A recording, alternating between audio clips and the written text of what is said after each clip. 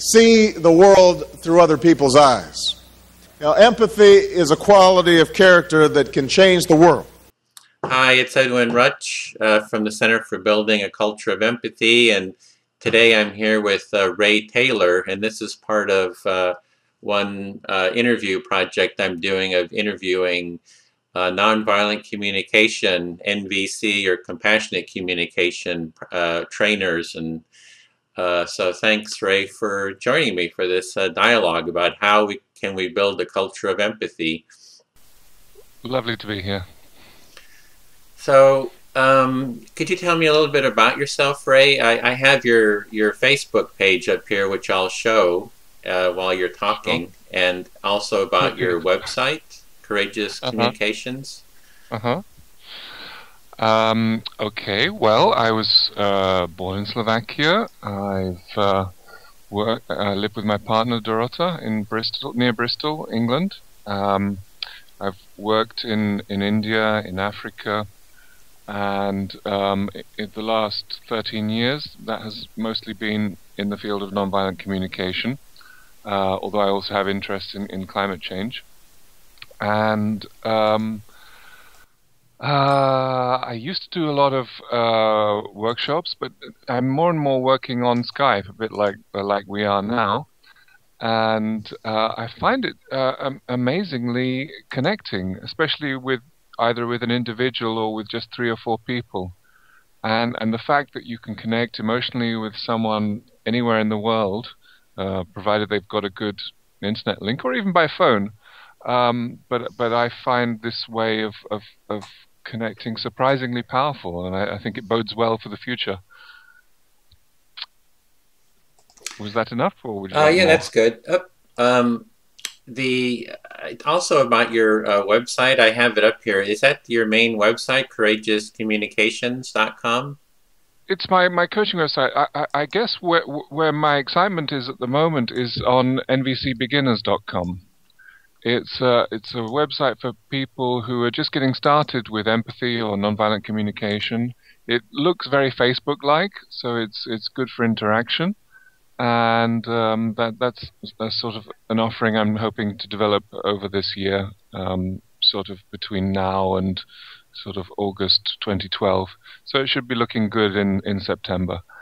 It's inspired by some work I've been doing on Facebook, where you can find the NVC online practice group and also the NVC empathy group. And we've been finding these are really lively ways of people interacting online, playing with empathy, playing with nonviolent communication. And there was just a need for something for beginners to get started in a kind of a less open environment where they could ask kind of open questions and not be worried about appearing foolish or something. Also, some people choose not to be on Facebook, so I wanted to take account of that preference. Yeah, you like you were talking about that you've been working on Skype, and you and I have talked off and on Skype, and I think you're kind of a pioneer of using Skype for NVC. So, and because of that, we've kind of overlapped a lot, which is great. Sure. So. Sure. And I agree too around that the Skype, I'm really excited about it. So I've been holding conferences and interviews, and just just seeing if we're talking about how do we build a culture of empathy, for myself is having more seeing people's faces and how their body movements are. Like now you're seeing me move my hands, and I'm seeing you shake your head, and so it just conveys more of your experience, and I see more of kind of what's going on for you, and that seems to make it a more deeply, for me at least, a deeply empathic connection, because there's just more that I'm kind of getting. I do agree, and people often do like the video. I also think what we've discovered through trial and error really is that there's something very powerful about 3 or 4 people connecting with Skype audio, with a headset like one of these, with a microphone. There's something when there's just 3 or 4 people. There's without video. There's an incredible sense of connection and safety. I think compared to a telephone connection, hearing the full range of someone's voice and not having any visual distractions, it's almost like the four of you are sitting on a couch together, and amazingly deep empathic connections. People with sometimes people who don't know each other, but they know that I know everyone in the group, so there's that sort of sense of safety together. And I think that. Go ahead. Yeah, just you're saying kind of small groups, 3 or 4 people kind of talking, sharing together is a good way of connecting. And we find that as soon as we go to 5 people, one of the 5 tends to be a kind of silent presence rather than filling, which is fine if everyone's okay with that. It's just when there's only 4 of you, it's somehow really easy to track and to follow everyone's emotions.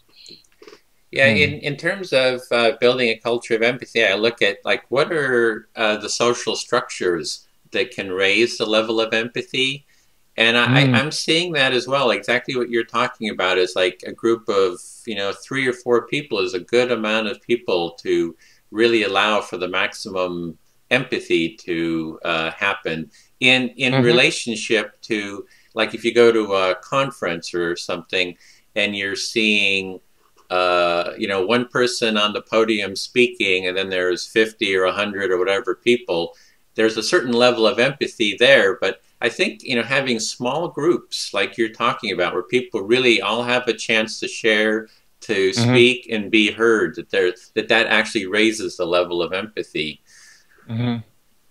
Yeah, so, and I'm now, having kind of piloted it, I mean, I don't claim any great credit. The reason we chose 4 or 5 people was because of the limitations of Skype, and while trying to find something else. In the end, we thought, oh, well, let's just do it. And then we found it was really, really great.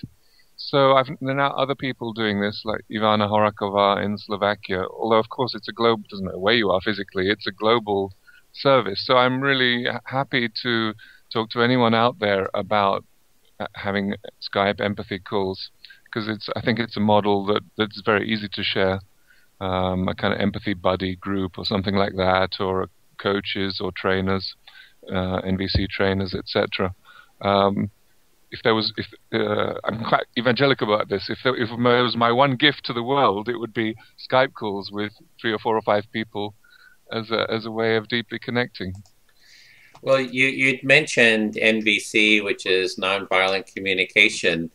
And that's like a process that's been around for a fair while, founded by Marshall Rosenberg, and there's a lot of people using that process. And it's kind of based on Carl Rogers' work around empathic listening. Yes. So there's like so one thing and also Abraham Maslow, I would suggest. I think Abraham Maslow's work also is important.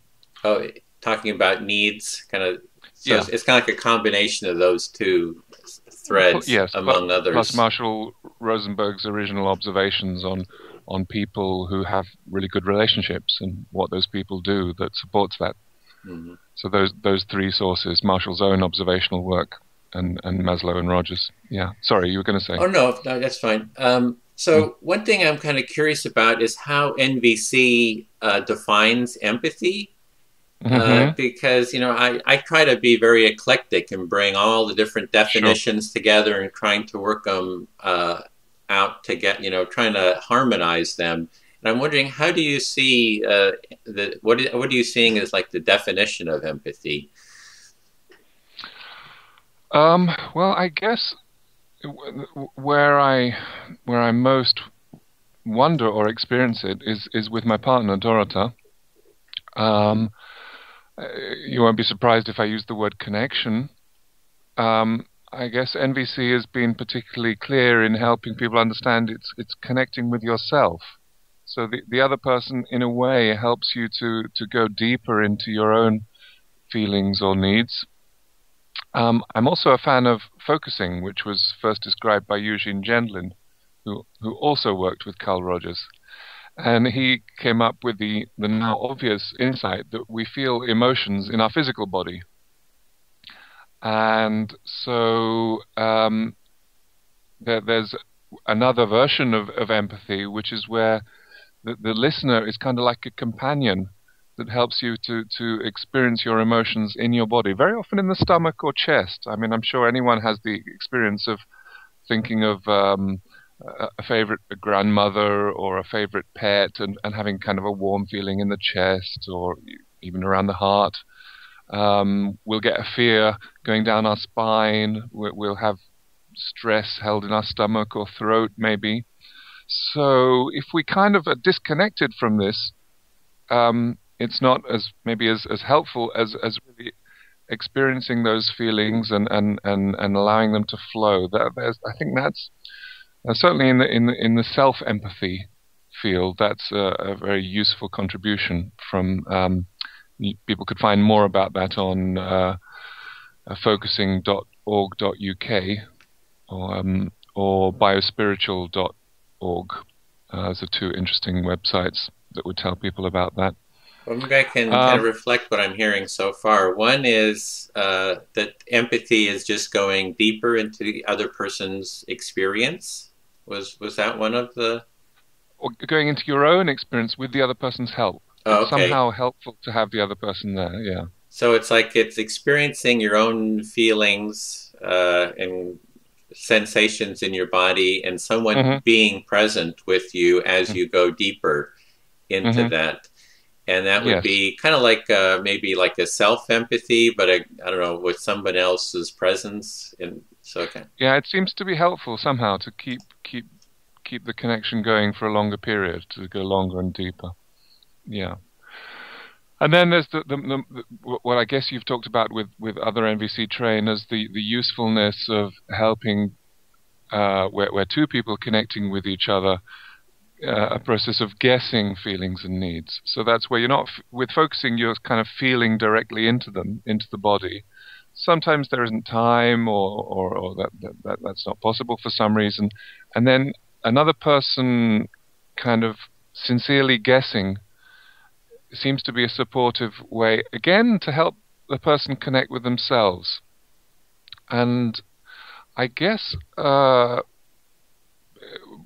usually when talking about empathy, people maybe think of sympathy or think of listening or receiving someone else. And I guess both NVC and focusing would stress that the real connection, or the most important connection, is between you and yourself. But that's not to say that it isn't really great to have the skill of reaching across to someone's heart and hearing them and receiving them in a way that is really supportive. And there is a big difference from sympathy. Have you covered that in other conversations? Oh yeah, sympathy comes up a lot, and okay. Really, yeah. Yeah. So often in the media, I think I hear the word empathy used in a way that I would recognize as sympathy or friendship. Sometimes in referring to Facebook, people will talk about empathy, and really they mean good friendship, which is also valuable and precious, but it's not quite the same thing. So I hope that I was going to say in the Facebook empathy group, but it's a closed group, so I can't really say that millions of people could witness empathy there. It's an interesting question. Maybe we should create an open empathy group that millions of people could have a chance to see empathy in action. Well, we actually did something like that. I haven't put it online yet. I'm doing something called Empathizing with Edwin, where people will be able to empathize with me. And I have 3 of those, and I just need to do a little bit more editing. And you were one of the people who kindly spent, I think, an hour just empathizing with me. So that would be... I will get that online. I'd love to have another go at that one, because I'm not sure I was on top form that day. Maybe when you've actually got a problem, you didn't seem to have... when we started much. Yeah, maybe we could redo that one, because you seem to be in a great deal of stress at the time yourself. So I think you were needing empathy. You were needing a warm presence at that time too. So I think we will redo that one just to. Thank you. But yeah, okay. So we're talking about the definition of empathy, and I do find I have a definition that I've put together, bits and pieces from NVC, from the academics, from the scientists, and I wonder if I could just give you that quickly. and then see how your vision of NVC's definition kind of fits into that framework. Okay. So what I'm seeing is like empathy is a 4 parts to it. The first part is self-empathy. So that's like the mindfulness, sensory awareness, kind of self-knowledge of what's going on inside of our body. It's different feelings, and you're using the word needs, values, sensations, just everything that's kind of going on. You know, if I pinch myself, I can feel the pain, or if I'm nervous or calm, and so all those feelings. So as we become more kind of calm and relaxed, we kind of like open up. And then there's the second part of empathy is the what I call mirrored empathy. And that's kind of based on mirror neurons, which is now as I'm seeing you on the camera here, I'm seeing you shake your head, you know, I'm seeing you smile, I'm seeing your body movements. So those actually through mirror neurons, my body reflects that these neurons fire when we do an action or we see an action. So as I see you kind of moving down to write something, I can feel the concentration and that you have. So that would be part 2 of empathy, which would be the mirrored empathy. The academics, sometimes they call it affective or emotional empathy. But I like the mirrored empathy part because it kind of is based on the mirror neurons. Then the third part is what I call imaginative empathy, and academics will call it perspective taking or cognitive empathy, which is that we realize that we're separate beings with our own unique experience. And that's kind of like based on the studies. Well, it's based on self-knowledge, or not self-knowledge, but it's like being able to see yourself in the mirror and realize that you are that being.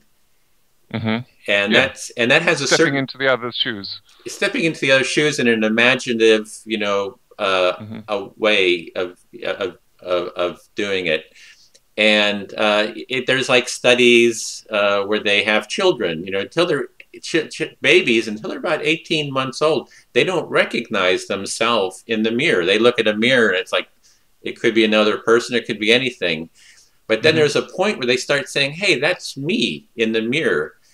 And then there's other studies kind of around this about seeing yourself as a separate entity and being able to take the perspective kind of the other. And then the fourth part is empathic action.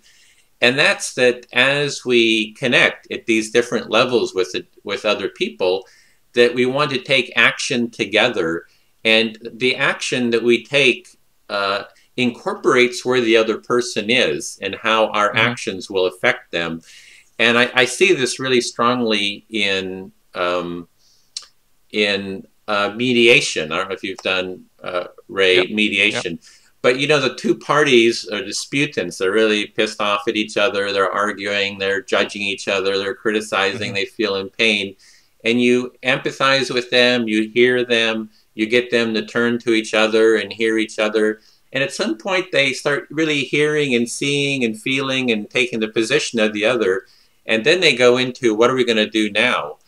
And they start negotiating the next steps of what they're going to do. Like, well, we'll meet, you know, for a coffee every week.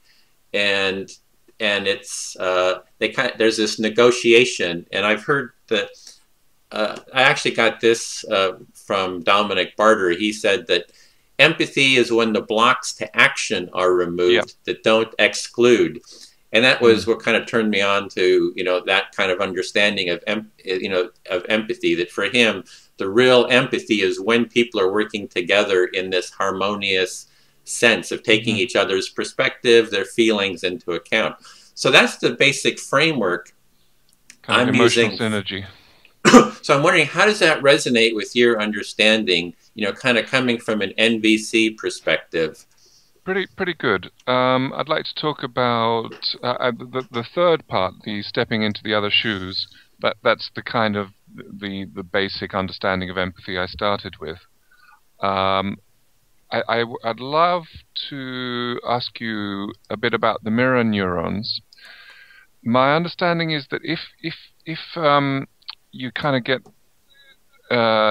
maybe you're experiencing an emotion like someone else has, and if it becomes overwhelming, in focusing we'd call that merging with the feeling, where you lose separation. So, I mean, I don't know enough about mirror neurons to distinguish whether they're part of empathy or sympathy or both, so that you need them, but then you need to do something else or not do something else to stay out of sympathy, but in empathy. So that part would be interesting to tighten up a bit. Mm-hmm.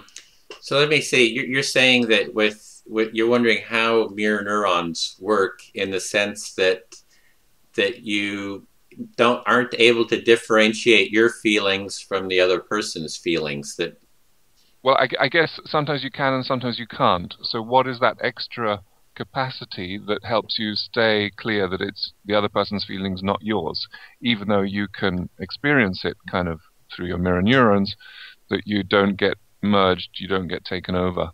Yeah, so we get really into the technical aspects of it. One of the things I've heard is that when you're seeing someone else's action, that the level of the experience is not 100% like you would experience it. The intensity is lower.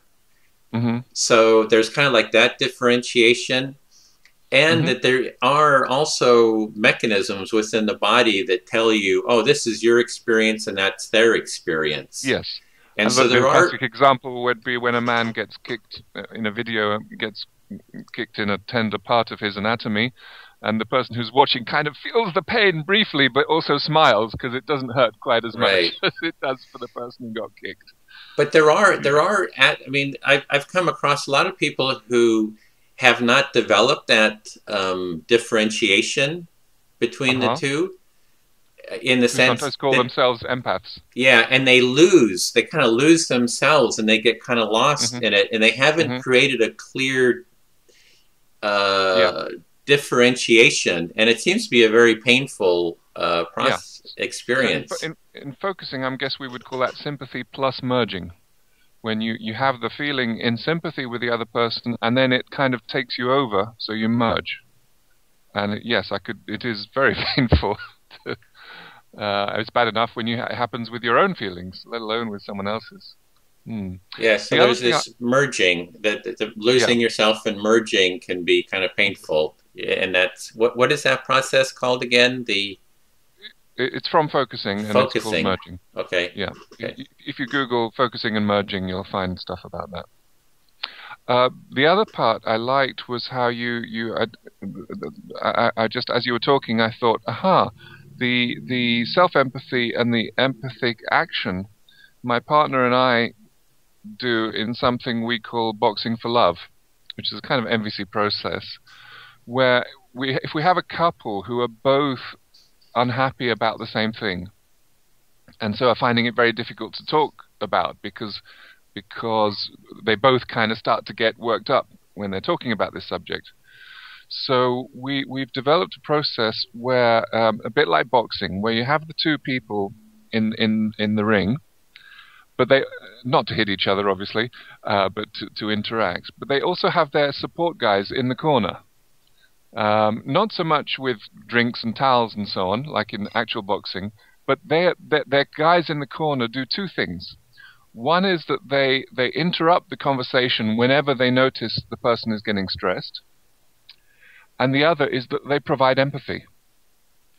So we kind of set the process going, not with the boxing bell, but just, some other kind of way of saying, okay, we can start.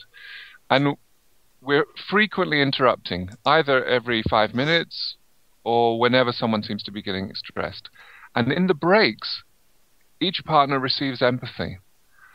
And it seems to be incredibly transformative. When they come back and restart the boxing for love, the face-to-face communication, there's always some kind of a shift. And it can sometimes take just 3 or 4 rounds where a previously really fraught, really stuck subject is suddenly transformed. So that's our, again, I suppose, Dorota Godby is my partner, so that's our offering into the world of empathy. And it's something we're working on doing through Skype now, as well as in a room. Okay, so let's see. It's like if two people are in kind of conflict, or in partners, is this for everyone, or just more relationship oriented that you're doing? So far, we've done it with relationships, but I imagine it would work pretty well with work colleagues as well. Mm-hmm. So people who see each other, and tend to get have a long of time to work on something, and it's got stuck, and it's just like they can't even talk about it anymore. Yeah, so it's like the issue or avoiding each other. So you're bringing the two parties together, and then they start a dialogue, and then if they get kind of stuck, they can turn and have someone hear what it is that they're saying and kind of have it reflected, and or just be heard. They can have that kind of empathy, or more likely we'll help them figure out what really matters to them about this. We'd try and interrupt before they actually get stuck. So the advantage of this way is that, so we have a little talk at the beginning, and we ask people, how would I know if you're in this state? So with myself, I tend to sort of start talking louder and faster and ask a lot of questions. My partner, I think, wouldn't mind me saying that she tends to get rather quiet, which is a terrible combination, as you can imagine. So, but everybody has their own signs. You know, someone else might get restless, or just people have their own indicators of stress. So we try and pick those up really early, and interrupt, and then go straight to empathy. So using this this model of empathy, you know, this 4-part model, and it's not like it's necessarily linear, you know, like each depends on the other. Sure. It's more like a wheel that with spokes that they kind of overlap is how I'm kind of seeing it. So what you're saying is, if there's, that's kind of like the ideal experiences. If we're empathizing with each other, we're connecting with each other, and then there's this whole series of blocks that can happen to that process. And I guess they especially make it difficult for type 2 and type 3 empathy, your mirror neurons and your empathy shoes. So the process we've developed enables people to use just the first type, the supporting self-empathy, and the empathic action. So they don't need all those other skills. Yeah, so it's, I guess what I was saying is, it's like there's the blocks to empathy, and you're saying, sorry, I wasn't quite following. So we have these blocks, and this is, you're receiving empathy from someone else, and that's kind of helping to calm you and kind of connect you and make you feel heard. Maybe if you're in a conflict, you're not feeling heard. And if you are heard by someone, it helps to calm and relax you. Yeah. Many people will go, you know, take a break and go and call someone. What we're doing is bringing it right into the moment, so that you can almost continue the conversation with these little breaks, or sometimes longer breaks. Yeah, so that's a new kind of a strategy or technique for overcoming a block to empathy. Yeah. I guess what I was wanting to explore, maybe before we got too deep into that, was like NVC, how the NVC process kind of relates to empathy. And one way I've seen is that, you know, with NVC is you hear someone's feelings, like I'm saying, well, you're looking very like you're concentrating, or you're needing to be heard or something. That there's a quality within NVC for deepening that mirroring process, right? It's like we want to be seen and be heard by the other person, and NVC has this process of just hearing people, listening, kind of being present, and then kind of reflecting maybe the feelings that the person is expressing.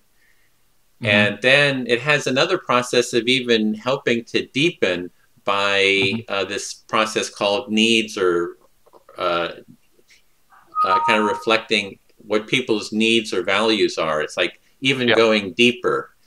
And, Yes. and that process kind of helps that emotional reflection, seeing yourself reflected in the other person. I guess that's how I'm kind of maybe seeing it.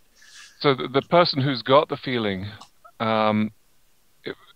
if first it seems to be nice just to hear back roughly what they said, so that they know that they were heard. That seems to be a helpful first thing. Then it seems to, and this is a kind of menu of options. You wouldn't have to do all of them. Then the second thing that seems to support people is when the person doesn't use exactly the same words, but kind of puts it in their own words or summarizes, so they can see that they were understood. So first heard, then understood. And then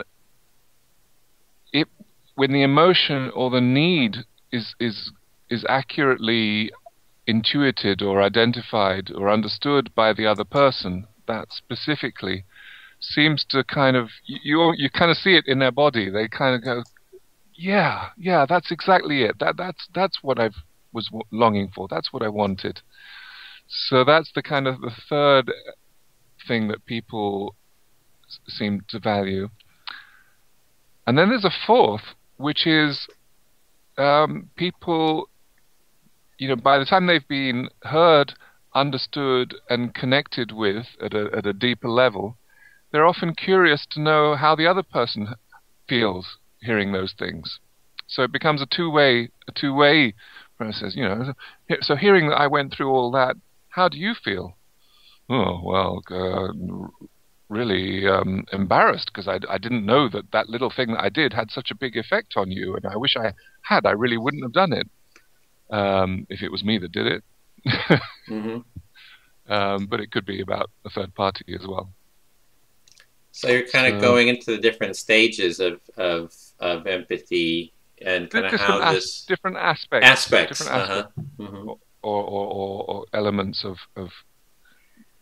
the empathy. I guess this is in combination of the type 1 and type 3, the helping self-empathy and the empathy shoes. Those three things, those two things. Yes. Yeah. So what do you think of that model? I'm just curious. I mean, it's so far that's the best. Works for me. Yeah. Works for me. Yeah, and it seems to work pretty widely. Some people don't like hearing back the words they said. And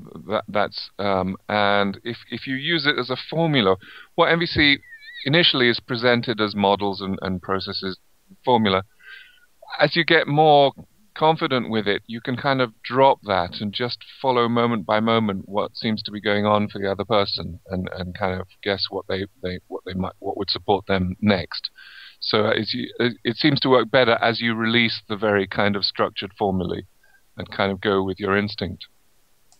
Yeah, so it's kind of more of an improvisation of feeling. Yeah. But there must be some intention there, right? It's like if you're wanting, there's something we are wanting. I think maybe that wanting, I would think, is maybe connection. Is like, well, I'm looking for connection. I'm looking for some sense of relating more deeply. And sometimes people will kind of use the process when they actually don't really want to connect.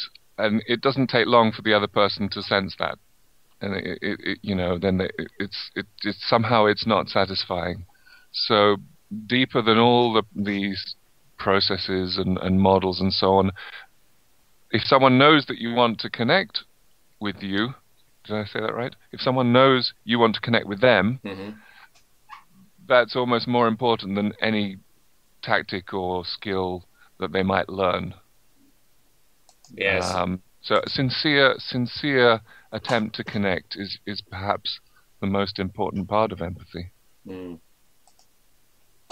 Yeah. So really, kind of having, and then why do we want to connect? I kind of when I'm looking at how to build a culture of empathy, and for me, kind of one of the questions is there has to be an intention there. It's like we have to want to build a culture of empathy. I mean, why? And kind of why would people want to build a culture of empathy? because it's enjoyable, because it's fun. You know, when you really feel connected with someone, it's great. But everyone has a different appetite for it. Some people want to collect with a lot of people a lot of the time. For others, you know, 2 or 3 minutes a day is plenty. Thank you very much. So I think there should be a lot of flexibility in this culture of empathy.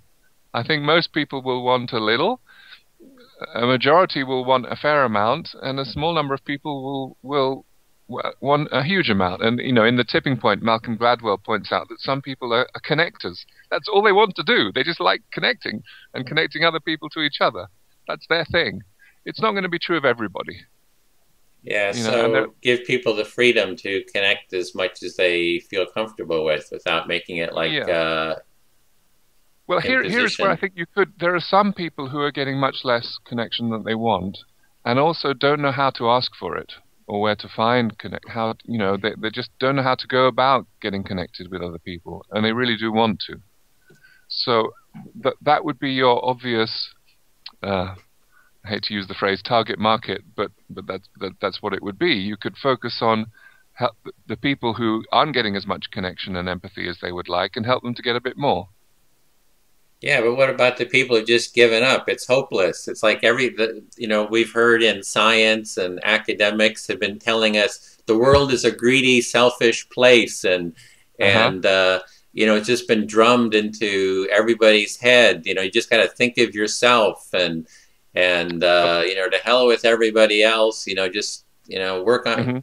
And so society's kind of given this message, and people say, well, if that's what the, you know, the message is, you know, I'll just go along with the, you know, the existing paradigm, the existing value system. So there's kind of like that aspect. I'm delighted you brought this up, because I've got a lot to say about despair and hopelessness. I think I'll start with hopelessness because it's the most recent insight for me. NVC pays a lot of attention to feelings and needs, and, you know, hopelessness, feeling, okay, what's the need? Hope. So with but it doesn't work very well. I've never noticed anyone feeling, oh yes, I want hope. I was feeling hopeless. Now I know I want hope, and now I feel great. It hasn't happened. And what I've realized is that when someone feels hopeless, it's because another need has come into the equation. Okay, I thought I was talking about getting on with this particular person, but now some new need has come up. You know, I just want to be able to be calm and restful, or da-da-da-da. So hopelessness is a great sign that there's been some kind of a shift, and some other need or value has entered the equation, and neither of you have yet noticed what that is. So that's just a recent insight. Now, despair, the master of despair is Joanna Macy, who developed despair and empowerment work, originally in relation to campaigning against nuclear weapons. And she found that it was really helpful for a whole bunch of people feeling despair to get together. Sounds like a recipe for disaster, but it actually works really well, because the people who despair actually are people who really care a lot. It's a bit like cynics and critics. It's because they care so much that they go into this critical, cynical, despairing mode.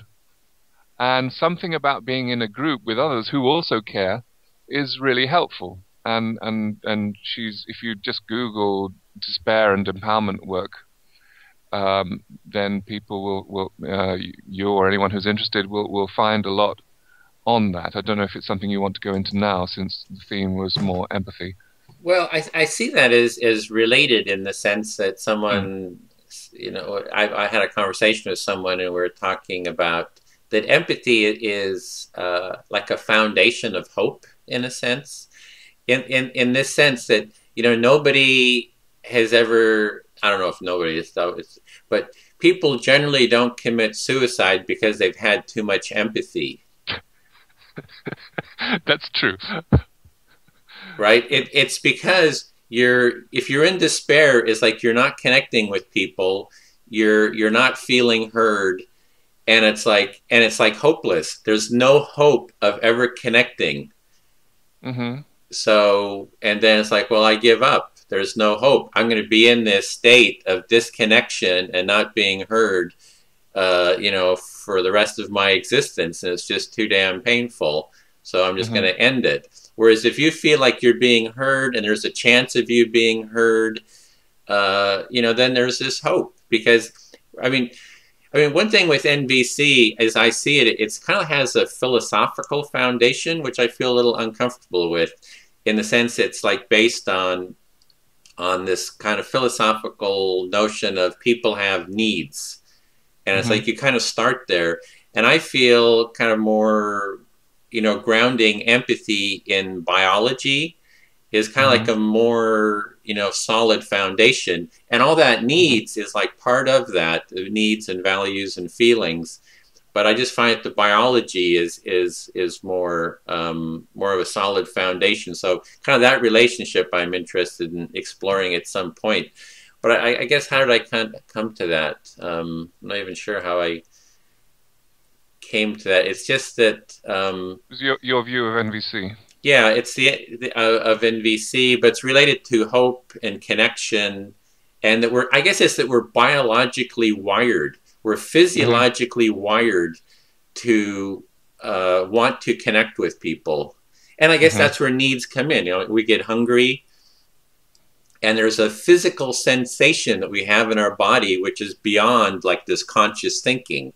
That, hey, I'm hungry, and my body is telling me to, you know, to consume this food, to, you know, fill the need or satisfy that feeling. And the same way that we're biologically wired to need connection, you know, to various levels. So it's just this biological function that we want connection. And if we don't have that, we're like, you know, it causes pain, stress, you know, cortisol. When we get that connection, you know, our body releases oxytocin. We feel calmer. We feel warm. We, you know.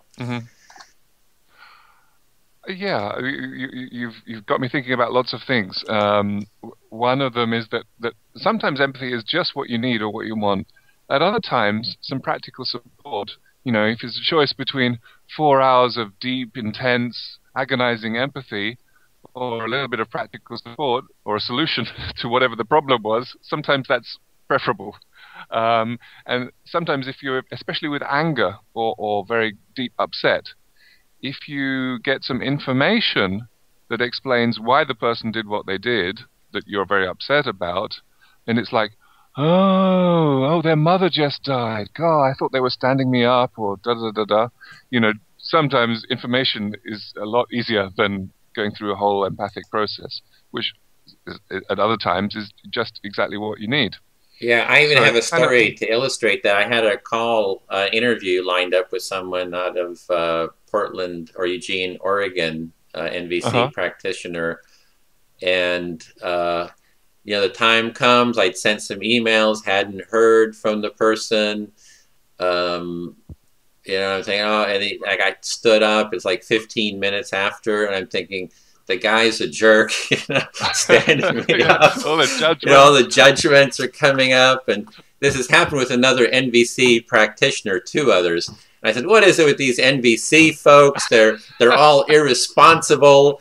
You know, there's something flaky about NVC people. You know, they're all into their own needs and their self. And then I get a call, and it's him, and he says, you know, I'm so sorry. And he sounded terrible. He says, I've got this terrible cold, and my mind is all foggy, and, you know, I'm in all this pain. I can't think. I thought this was tomorrow. I'm so sorry, you know, and all that. So I said, oh, okay, so that's what's going on, you know. You've been sick for the past 2 weeks, haven't really, you know, been just out of it. So it kind of just released a lot of that, you know, those, you know, that being pissed off and feeling unheard. I felt this guy's, I'm not getting response. I'm not being, you know, what's going on for me is not being heard. So there's that perspective. Maybe there's that perspective taking of empathy, taking the perspective, oh, if I was in that situation, you know. Yeah, well, that's rather than seeking empathy for yourself, getting some more information about what's going on could save you a lot. So don't automatically go straight to empathy. Another interesting thing, I've been very inspired by the work of John Gottman and his partner Julie Gottman, who work on relationships in the States. And he did a lot of, again, observational research on what works in relationships. And interestingly, talking about your relationship with your partner does not necessarily make it better. So especially if there's some kind of stress in the relationship, I mean, we developed NVC boxing for love boxing for this purpose. But if you haven't got that support or that skills, sometimes talking about the relationship or about the problem can make it worse. In fact, often does. Whereas having 6 hugs a day for at least 6 seconds produces a measurable improvement in many relationships. So this is, I guess, a cautionary note. You know, don't sort of flog the active listening to death. By all means, talk to your partner about problems outside the relationship. You know, about other members of the family or the children or work and so on. But just be a little cautious about telling your partner why they are upsetting you, or what's wrong with them, or what they should do different, or da-da-da-da. That kind of a lot more care needed when it comes to that. It's maybe better to get into a place where you're both happy and warm, and then talk about it, and then only for a short time. Yeah, so don't. Well, that's the one thing with NVC is it's a very verbal, has a strong cognitive aspect because it's a lot of talk. And empathy is like way beyond that. I mean, it's if we're doing talking mirror neurons, we're talking about your tone of voice, your movements, your, you know, you're probably olfactory, right? You're picking up, you know, sure. I'm smelling this. I can't, you know, don't across the wires here. I don't have that with you, but it's like if I had that scent, you know, I would be feeling this, or, you know what I mean?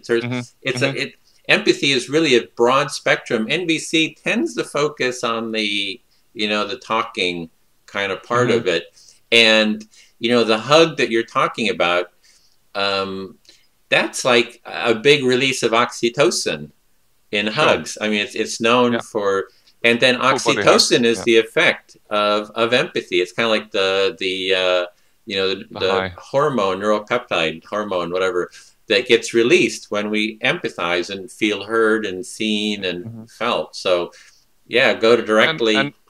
And eye contact and pupil. I mean, just in this call, you know, your camera isn't close to your screen, so I'm kind of looking at you from above, and it's a little bit like da-da-da. So, in fact, what I could do with my own picture of you is put it... I was going to try and pop it out, and I can put your picture right next to my... Oh, gosh, Skype has changed again, and apparently I can't do that anymore. Yeah, they keep changing it.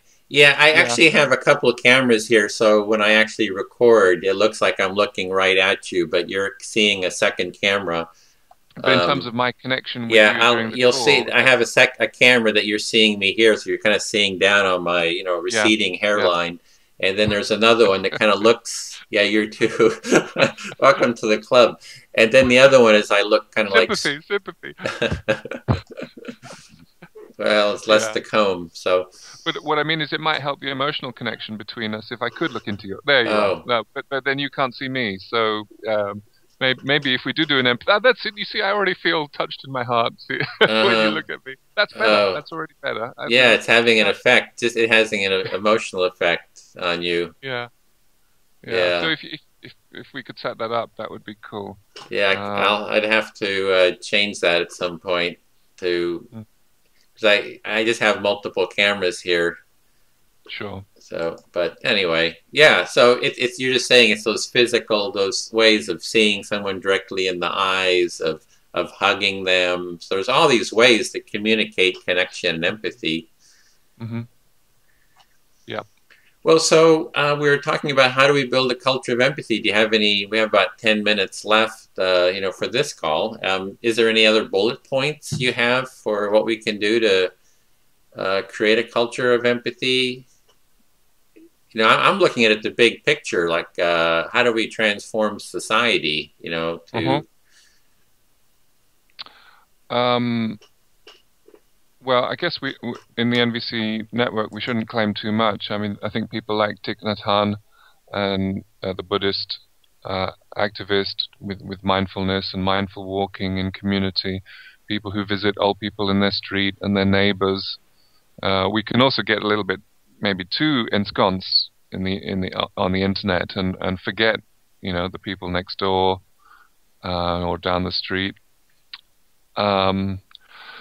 So I'm getting a bit wide and vague there. You know, you wanted concrete proposals. Well, okay, so having said that, where I'm putting my energy at the moment is in Facebook and Skype, and seeing how those can help, especially moment by moment through the day, so that when things do come up at work or at home, there's somewhere to turn to. You know, if none of your kind of close friends is available, there's another place to go.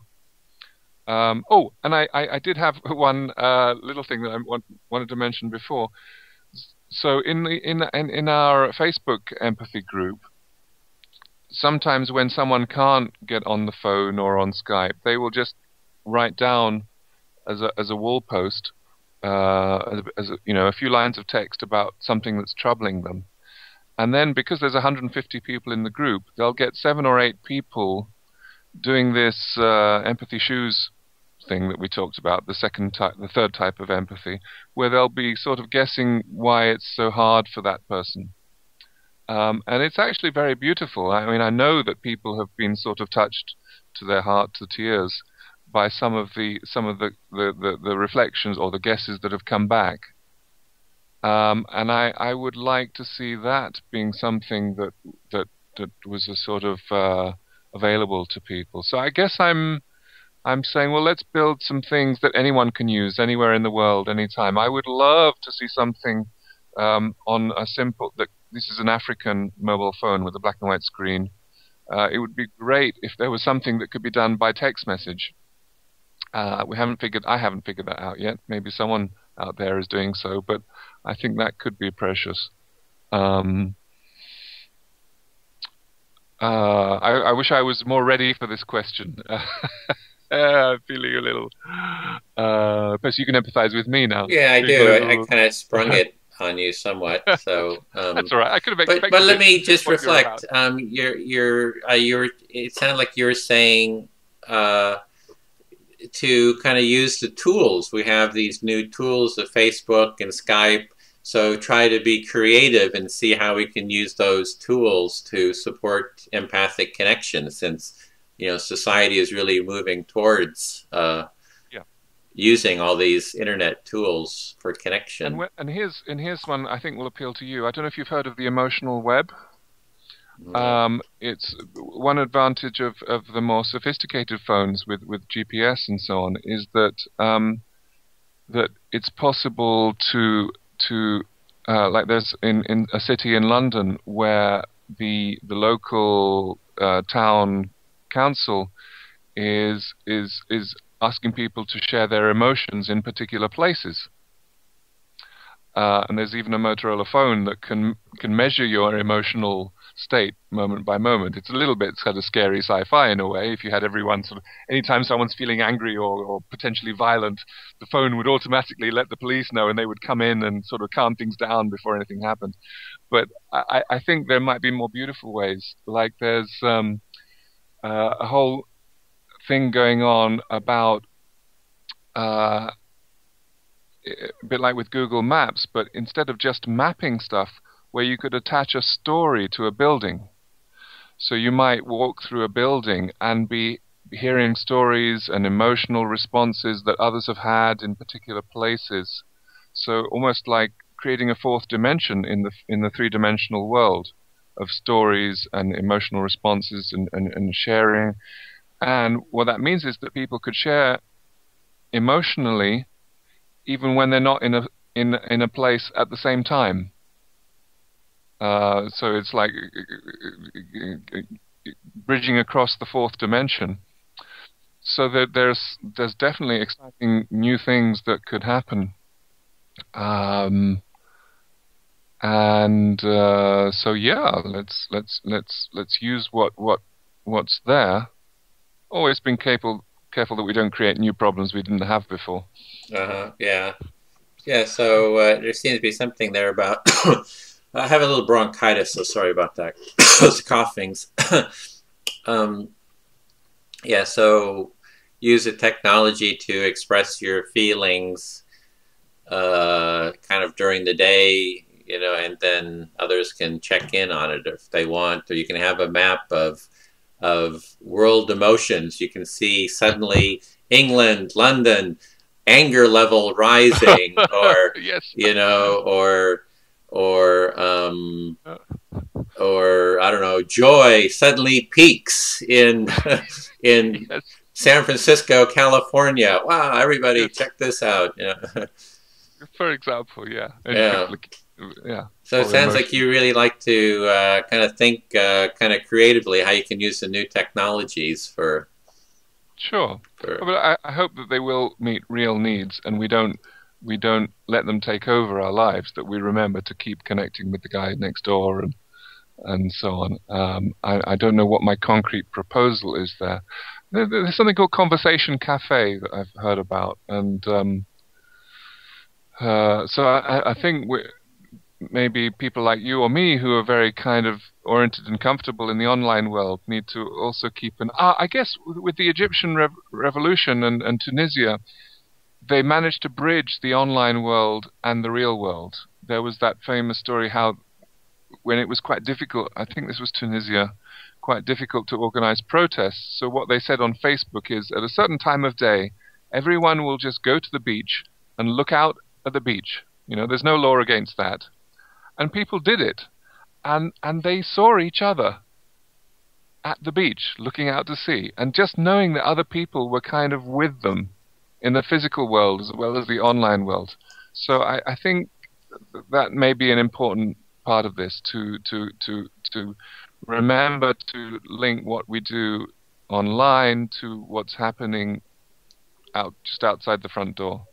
Well, that's a little bit of what I'm seeing this conference, for how to build a culture of empathy doing, is to create a dialogue around this so people know that they're not on their own thinking, hey, we need more empathy and connection. I was talking with someone in another country, in one of the groups, and, she kind of broke down in tears, just with kind of gratitude of, oh, I'm not alone. Mm-hmm. And it's just knowing that. I think that's kind of maybe what you're kind of addressing, just to see, finding those different ways of connection and just seeing that we're not alone. And especially, for me, it's not alone in wanting to create a culture that has higher levels of empathy and connection. Sure. And one of the hardest things for people is to think, I'm the only person who feels this way, or I'm the only person like this. So however we do it, whether it's in the physical world or the online world, helping people know that they're not alone is in itself a precious thing. Maybe that's what empathy does. Yeah. Well, thanks for those comments. I'll stop the recording right here. See the world through other people's eyes. Empathy is a quality of character that can change the world.